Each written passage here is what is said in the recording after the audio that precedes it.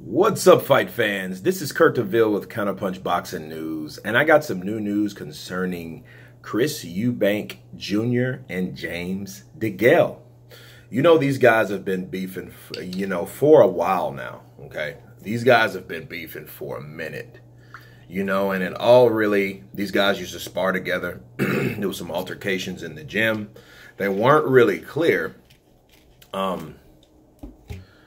but somewhere down the line, Chris Eubank Jr. was kicked out of James Degale's gym, okay? And since then, these guys have been back and forth on social media for a very long time. And Chris Eubank, moved to 168. He came up short against Groves. And, of course, Billy Joe at 160. But now, on the flip side, you look at James Degale, his last couple performances wasn't that great, but if you look at these two fighters, they have totally two different styles. Degale has like a flashy-like style, throws a lot of punches, gives you a lot of angles, Chris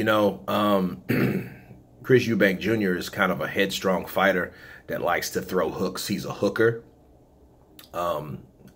His power, I feel, is overrated in a sense. I thought he would be a lot, the way he commits to punches, you would think he would be a harder puncher, but he's not. So it's not saying he can't punch. It's just that you would look at him and the way he trains, you would think he was just like this Mike Tyson-like guy, this savage beast. And he does train a lot. That's one thing. He stays in shape. And he never quits. He always fights. He, the losses he did lose to, he has, came to decisions. James Degale, I don't know what's going on with him. Maybe it's his lifestyle or whatever. But here's the thing. You can't base someone's performance that is to come based on their last performances. You can look at that and it's a barometer only, okay? But you got two guys that don't like each other. High animosity, okay? This is like Brandon Rios and Victor Ortiz in a sense. So it's good to have these people fighting, these guys fighting. Eric Morales, Marco Antonio Barrera, These guys hate each other, Vargas and Mayorga, it ain't that bad, but I don't think you could ever have two guys hate each other more than those two. But I seen the gloves are off, and they were face-to-face. James Degale, which being himself. You could tell two different personalities, two different fighting styles, and their personalities reflect their fighting styles. You know what I mean? In a sense where James Degale's over the top, quick-witted, he kind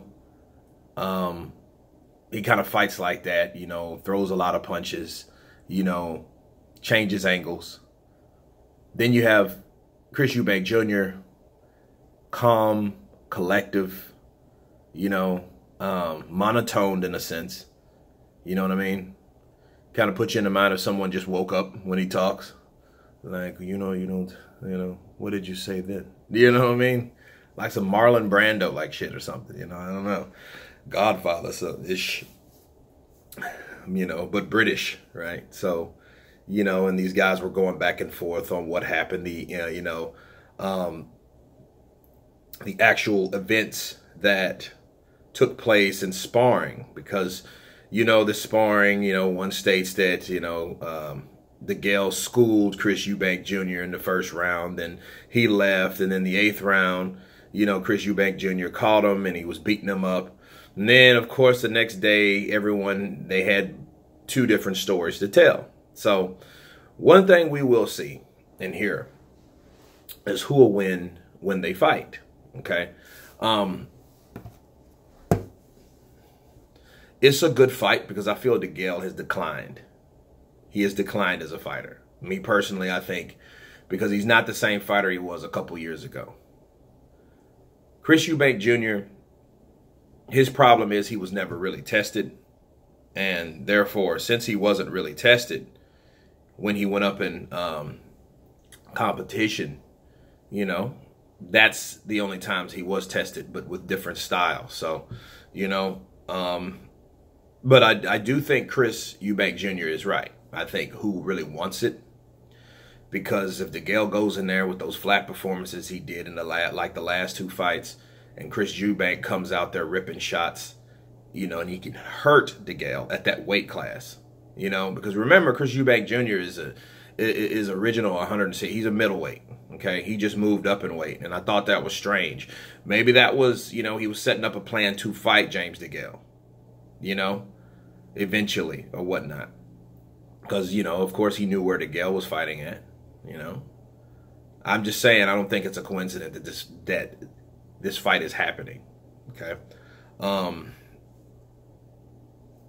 who do I think will win? James Degale has the type of style he has. He can outbox Chris Eubank Jr. any day of the week. But if Chris Eubank can get in the inside and rip those shots, you know, and again, have an impact on James Degale, you'll see a totally different fight, you know? And then what happens if it is lifestyle, it's going to show in the ring eventually, you know, and Chris Eubank Jr. is coming to fight. He might not be the best fighter, but he does come to fight, and he is in condition, well conditioned.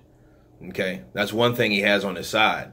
If James Degale pulls that, oh shit, I'm gonna start coasting, you know, and he starts getting tired, it's gonna show.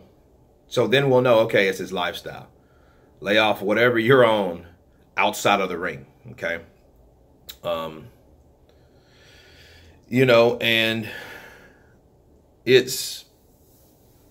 I wouldn't say it's a 50-50 fight. It's more like a 60-40 fight in favor of Degale, you know.